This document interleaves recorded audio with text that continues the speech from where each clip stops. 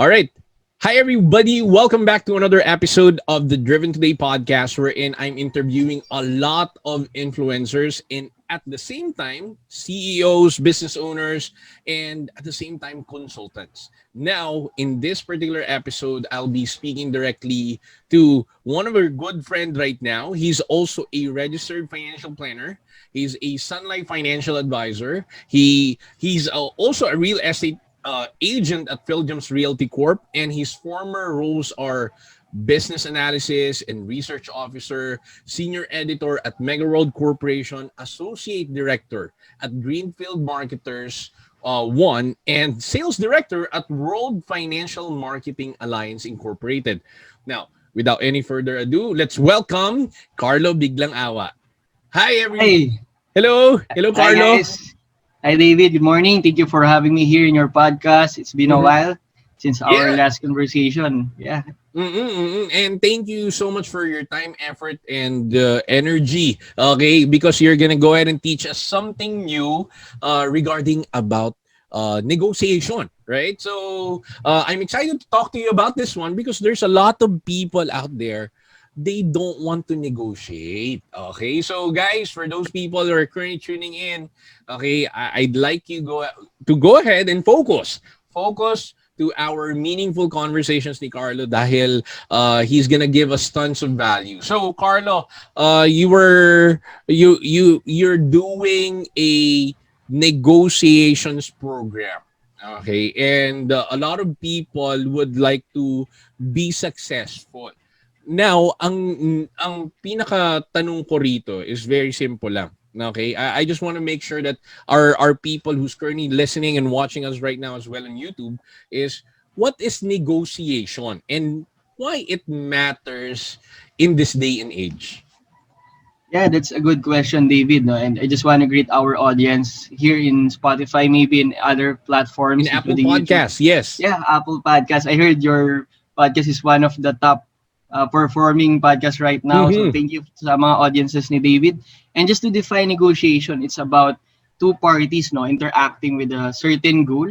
So of Yep. course, both parties have their goals to arrive in a particular decision, but in negotiation, the two parties should meet halfway to arrive at least in a win-win scenario. So the negotiation process will be essential for both parties to add value to one another because sometimes there will be situation wherein the other party will win the negotiation while the other party will lose. So Mm-hmm. basically we want to arrive in a particular solution for a problem of both parties.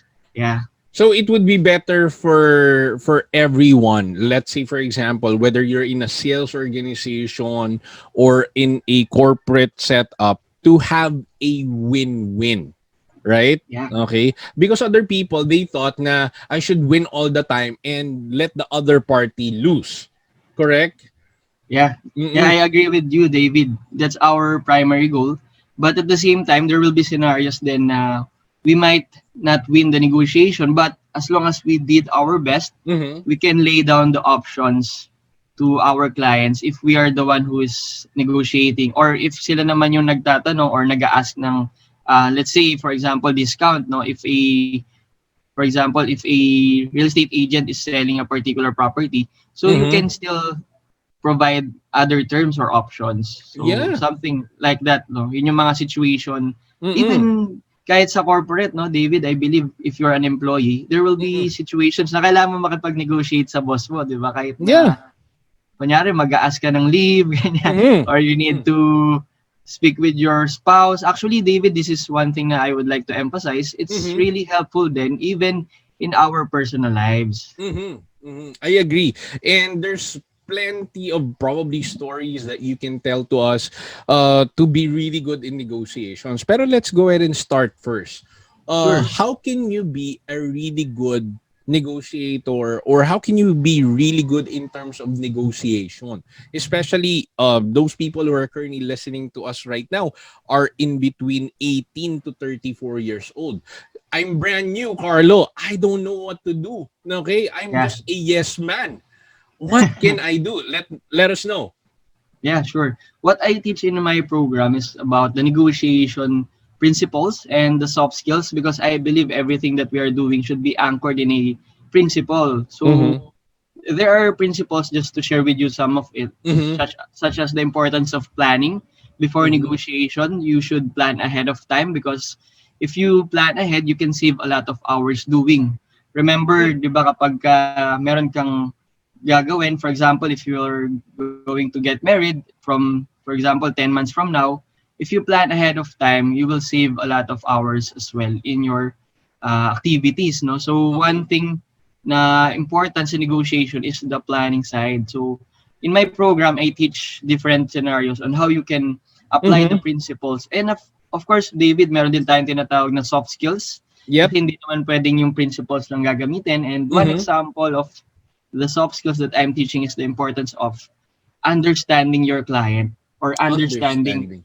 the other side of the negotiation. Kasi most of the time, we want to speak, we want to teach, but you know what? The importance of listening in a negotiation will Mm-hmm. really help a lot of people, because one thing na natutunan ko, no, over the years, when we listen carefully, we will know the heart of that person, and we will Mm-hmm. know how we can communicate well to that particular scenario. So, for example, David, no, Mm-hmm. kapag nasa sales ka, when you Yeah. do that, when you do the talking, most of the time, you cannot help your client really, kasi you need to listen kung ano ba yung reason niya, why he will avail him or her, ano ba yung reason nila, bakit nila kukunin yung product that you're offering. It could Mm-hmm. be in different sales industries, no? But you know what? There's really power in listening, and that's the value of understanding your client, which is one of the soft skill that I teach in our program. Yeah. Mm-mm. Well, if we're gonna go ahead and look back, especially sa school, All okay, right. we were taught how to read, how to write, how to do a lot of things. But I felt that the listening skills were not harnessed during that time, right? Okay. So Yes. everybody wants to recite, everybody wants to do everything, okay? Pero the part we're in, which is the soft skills that everybody must have right now, is the Yeah. listening skills. Without you doing that, you'll end up not picking the right recipe kumbaga. Okay? Yeah. Because you keep on talking. If you keep on talking, then you're not learning at the end of the day. And that's the main reason why for those people who are currently tuning us right now, when was the last time you used your listening skills, okay, Yeah. to probably negotiate in certain things or in certain deals. Okay. I hope that you can go ahead and simply join Carlo in his program. Let me go ahead and simply make a follow-up questions on this one. Okay. Sure. I'd like to also understand those people who are currently tuning us right now might not be in sales. All right. Okay. So Mm-hmm. we don't want to outcast them, but they are currently in the corporate world. Yeah. Okay. In terms of the corporate world, you know exactly it's very predictable. You got a boss, you got a Yeah. client as well within that location. Now, when is the most common na nakikita mong negotiations na may situation ng negotiation all the time?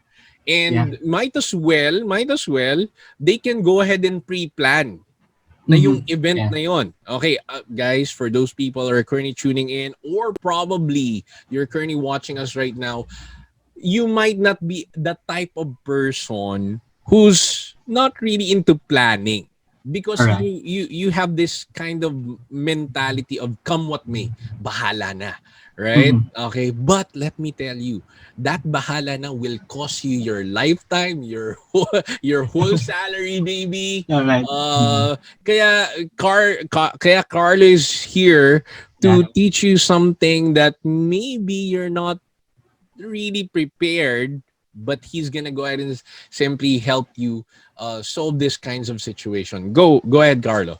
Yeah, just to add with what David mentioned, I believe some of us are really called to be in the corporate world. So we will advance the corporate ladder. We will be managers, vice president, and even high-ranking officers. No, so when I was in the corporate world, what I realized in negotiation, you can use that first in dealing with your internal clients, which are your fellow employees. Mhm. Before kasi, David, I worked as an auditor, so I communicate with engineers, with Mhm. architects in different departments in establishing the procedures of the company because we want to achieve a greater goal, and that goal is the same with the whole organization. So Yeah. you need to negotiate with the other departments how you can improve the process, how you can add value to them because they are also your clients. And at the same time, I would like to address then yung negotiation naman pagdating sa salary. Kasi if Mhm. you're, for example, looking for another job, you are asking for promotion, if you know your value as a person or the value that you're adding to the organization, I believe you can also negotiate your salary. I experienced that one time. Mhm. Kasi ang iniisip ko rin, mas okay ba na mag-resign na lang ako and find another company para mas tumaas yung salary ko? But I realized na I can also negotiate because of Mhm. the experience that I had. So I tried to lay down the cards, no? Sabihin na natin na ano ba yung value that I can give to the organization. And at the same time, the task that I can finish in Mhm. shorter period of time, of course, you need also to lay down your experiences and credibility. So that is why you can approach your immediate head and negotiate na, sir or ma'am, is it possible? Maybe if you have an evaluation with your Mhm. company, most of the companies meron annual evaluation, di ba, Yeah. David? Annual So appraisal. yeah, annual appraisal. So Mhm. during that time, you can negotiate, and of course, sabi nga ni David and like what I have mentioned a while ago, you need to plan ahead. What are the things that you can share with your immediate head, or what are the value that you can add to your organization? In that way, you can at least convince your boss or immediate head, and Mhm. then there's no harm in trying, David. That's one thing, no? Ang gusto Yeah. ko rin emphasize, in negotiation, you need to have the courage to Mhm. approach or to communicate yourself kasi you need to understand na you have a particular strength and weakness as well na kapag ka na-establish mo with your colleagues or boss, they can identify din naman na, oh nga, no? Yeah, why not? Why not? Don't hesitate to communicate or to at least share your ideas. And that's the Mhm. power of negotiation. And the soft skills that I will teach in my program will help you to have that courage and at least be confident. I also share the powers of Mhm. confidence Mhm. in dealing with other people. Kasi most of the time you will speak with high-ranking officials. So you need to be confident enough to Mhm. communicate and do not be intimidated, David. So I think, yeah, those are the things that I learned in the corporate world. Paano ko ba ma-apply negotiation, soft skills, and Mhm. the principles. Yeah. Yeah. Because at the end of the day, if you are very young right now and you are just following what you're being told, Yeah. and that's gonna be like I call you order taker. Okay, alam mo naman tayo, we don't sugarcoat at the end of the day. Yeah. All right, this is a podcast technically. Yeah. All right, but this is really true. Okay, if you're just taking the orders, that's it. You cannot go ahead and negotiate. That's really a you got no advantage at the end of the day. Yeah. That's the reason why Carlo mentioned, what's your unique value proposition? Why should I go Yeah. ahead and choose you? Why should we increase your salary? Why should Correct. I go ahead and allow your leave? That Mm-hmm. Yeah. that's a very simple Yeah. question that if you're not prepared, Agree. you might end up being turned down. Yeah. And even in your relationships, Carlo, okay, with Cha, all right, definitely there's a negotiation there as well, right? Yeah. Why should I see Definitely. you? Why there's gonna be a second date, right? Because other people they end up having one date and then they cannot have another one. Yeah. That's also part of negotiation. Yeah. Kasi Carla, for other people might be, di ba negotiation, it's just all about Abu Sayyaf in the government, the Mm-hmm. Yeah. terrorists versus the local government unit. Yeah. Mm-hmm. But this is not really true. Okay? But guys, don't get me wrong. I'm not saying that the your boss is gonna be the terrorist and you are the Okay. local government unit. No, no, no. That's not the what I want to say. But there's always gonna be two parties involved. Yeah. Mm-hmm. Okay, and maybe three or four. Yes. Yes. Agree. 'Di ba? Na you guys, you let's say for example, Carlo is my boss right now, but he's also reporting to other people, boss of our Yes. boss, and I'm asking for a leave, and he cannot go ahead and simply say yes to me because he knows that our manpower during that day is very thin, and the customers are gonna go ahead and let's say for example it's Black Friday, and many people will flock directly to our company now, and I'm asking for a leave. Yeah. No. All right, di ba? You see. So guys, in this particular case, Carlo, I'd like to ask, Yeah, sure, your sure. towards your journey by becoming an expert in terms of negotiation, what's the most common problem ng mga tao natin right now? Now, whether you're in a corporate world, let's go directly within that segment. Yeah, that's a good question. No? And siguro add ko lang ulit with what David mentioned. Negotiation is also applicable in our personal lives. Sobrang Mm-hmm. applicable niya kasi right now I'm married, no, and I Mm-hmm. have a daughter. Mm-hmm. And most of the time, kailangan mo talaga makipag-negotiate because if not, there will be a lot of conflicts. Mm-hmm. Right? So when it comes to the problems, ano ba yung cause, bakit hindi naging successful in negotiation? Number one, of course, is lack of preparation. Yeah. That's connected with the planning side. Kasi if you are not prepared, you will not be able to communicate well the things that you want to say. And at the same time, if you're in the corporate world, your boss would like to see data and facts or at least your plans. Paano mo ba i-handle yung leave? Are you Yep. going to seek help from your colleague to handle the task that you will be leaving in the coming days? Let's say you will take 5 days leave, right? So because of the lack of preparation, you cannot communicate it well. So once your boss asks questions, you will not be able to defend yourself. Because another principle in negotiation, David, is clarification and justification. So Okay. both parties, Mm-hmm. maybe at one point you're on the justification side, but on another scenario, you will be the one who will clarify. So in that Mm-hmm. case, if kunyari magka-office mate kami ni David, ako yung Mm-hmm. boss niya, so I will ask David, I will clarify a lot of things. Why are you going to take your leave during this season, di ba? And si David naman, on the other hand, will justify himself. So Mm. if David is prepared enough, di ba? He prepared his task to be delegated, he might be able to get the yes of his boss. So Okay. that I think David, that's the major problem in negotiation, lack of preparation. Lack of preparation, and they also forget to communicate it very well. Okay, Yes. so domino effect. So Yeah. if you guys would like to nail the whole negotiation deals, right? Okay, Yeah. and you feel that it should be a win-win situation, you need to prepare. Okay, you need to Yes. prepare. It's like a battle, no? Na Yeah. it's not gonna happen all the time. There's no accident in terms of being successful. Okay, it's just the fact that you were prepared during that time, you were built for that time, and you were Yeah. on that place at the right time. So I love the way how you're bringing value directly to a lot of people, Carlo. Yeah. And ang pinaka next na tanong ko naman would be um if and when, okay, a certain person, okay, is currently Okay. on the negotiation deal, they're trying to close a client, this is all about ano naman, a salesperson naman, okay, and Yeah. aside from the lack of preparation, okay, since we're talking about this segment naman na Yeah. for sales people, ano yung Sure. pinaka most common problem nila in terms of negotiation aside from not listening all the time, okay, Okay. and Sure. at the same time not preparing at the end of the day, ano pa?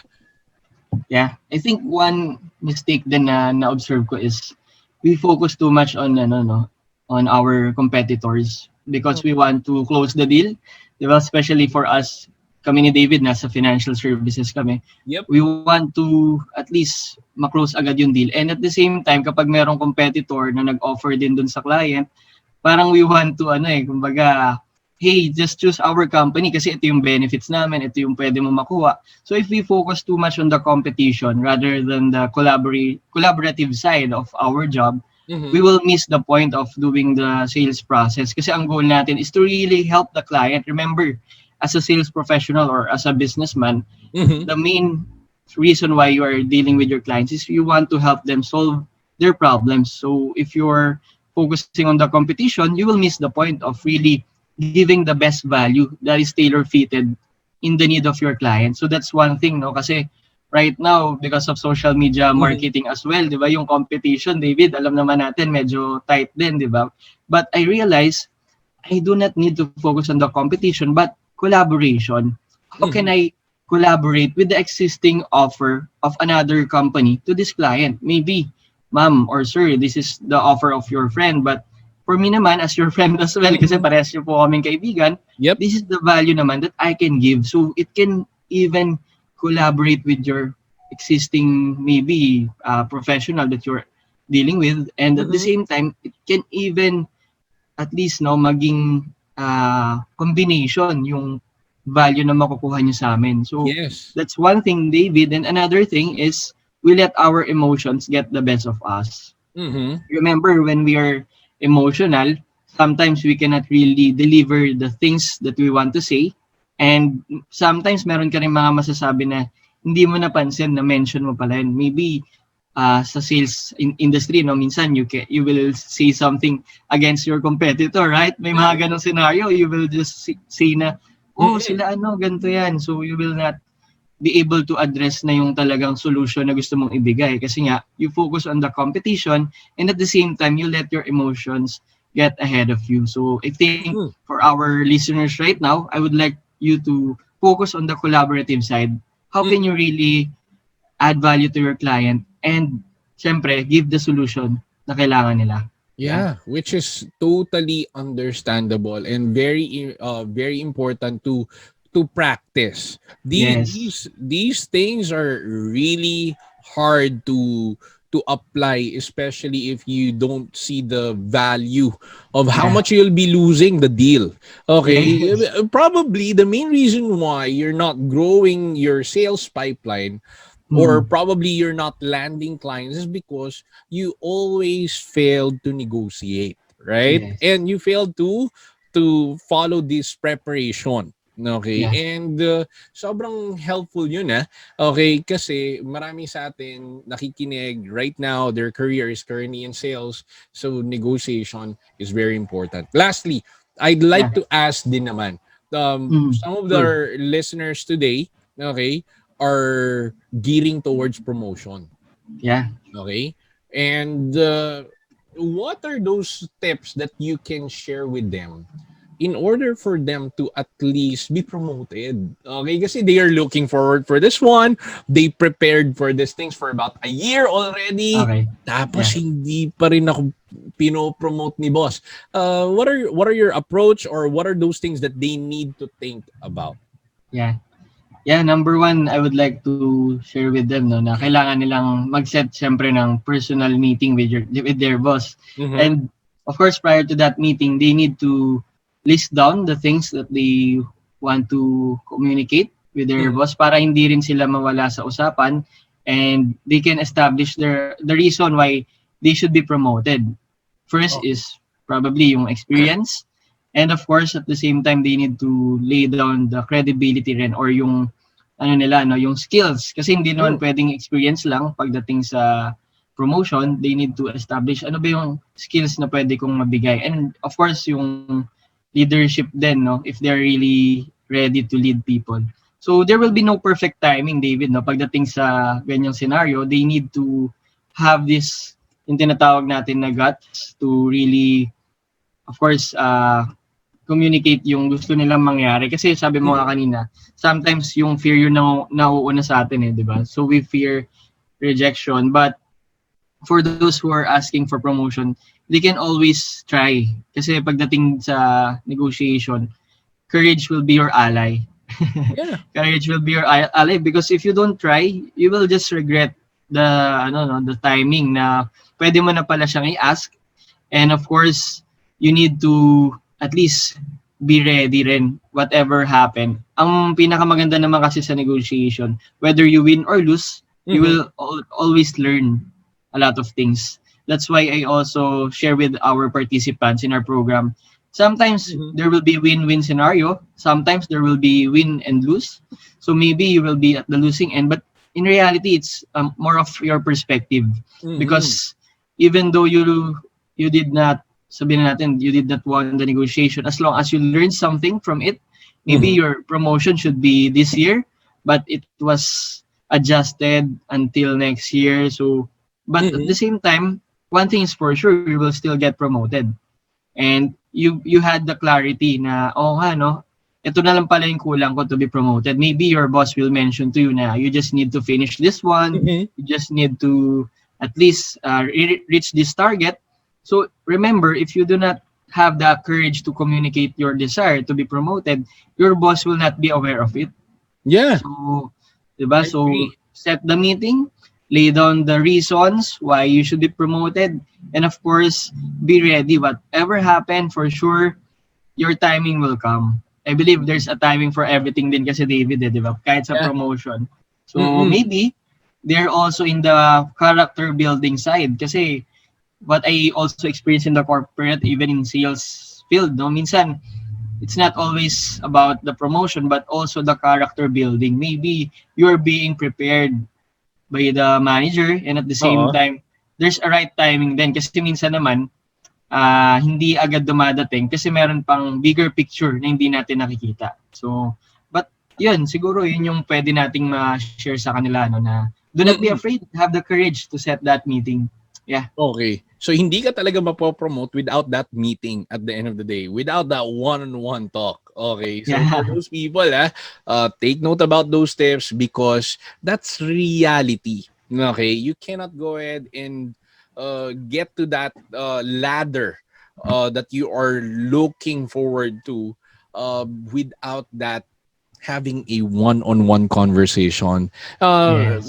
Maybe this is actually the case. I'd like to also ask, what if you mentioned there's a win-lose situation, Yeah. there's a win-win situation. What are you gonna do if there's gonna be a lose-lose situation?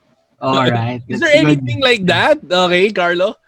Yeah, actually, tama ka, David. Meron talaga mga ganong scenario, no? And meron tayong tinatawag sa negotiation na ano, no? You need to know when to walk away in a Hmm. negotiation. Because there are really scenarios na hindi talaga mag-meet both sides. So you need to walk away. And meron tayong tinatawag na batna. Hindi siya yung kapatid ni Batman. Okay, okay. Kidding aside, no? Ibig sabihin ng BATNA is the best alternative to a negotiated agreement. Meaning ito Mhm. yung plan B natin. So sometimes you need to know when to exit and go to your plan B kasi hindi naman tayo pwedeng maging box lang sa isang negotiation. So we need to Okay. check what are the options, what are the other possibilities. So there will be a BATNA for both of the negotiators. Maybe sa akin may BATNA ako, and at the same time yung other party din, meron din silang BATNA. So, yeah, they need to find alternatives. That's Wow. the best way. Yeah. Oh, grabe. I learned so much about this conversation. Why don't you go ahead and simply invite them towards your program? Yeah, sure. Thank you again, David. So actually, we will be having our batch 8 this coming December 11, Mhm. 7 p.m. So if you want to know more about our program, please follow me in social media, Carlo Biglang-awa RFP. And maybe you can also send us an email, carlobiglangawa28@gmail.com. So we are excited to help you in your sales career. So you can not only you cannot just survive this pandemic, no, but you will also thrive and remove the rejections in Yeah. your business. Yeah. Okay. Wow. Wow. Thank you so much again for your time and at the same time for sharing to us exactly this valuable principles na sinabi mo. And I really love the fact that you are giving this one and at the same time it's like this is already batch 8. Yeah. Congratulations. So join Carlo and his program so that you can uplift your life and at the same time your career and also your finances. So that's it for Yes. me. Again, my name is David Angway. I'm your registered financial planner and podcast host of the program Driven Today podcast. See you again on the next episode.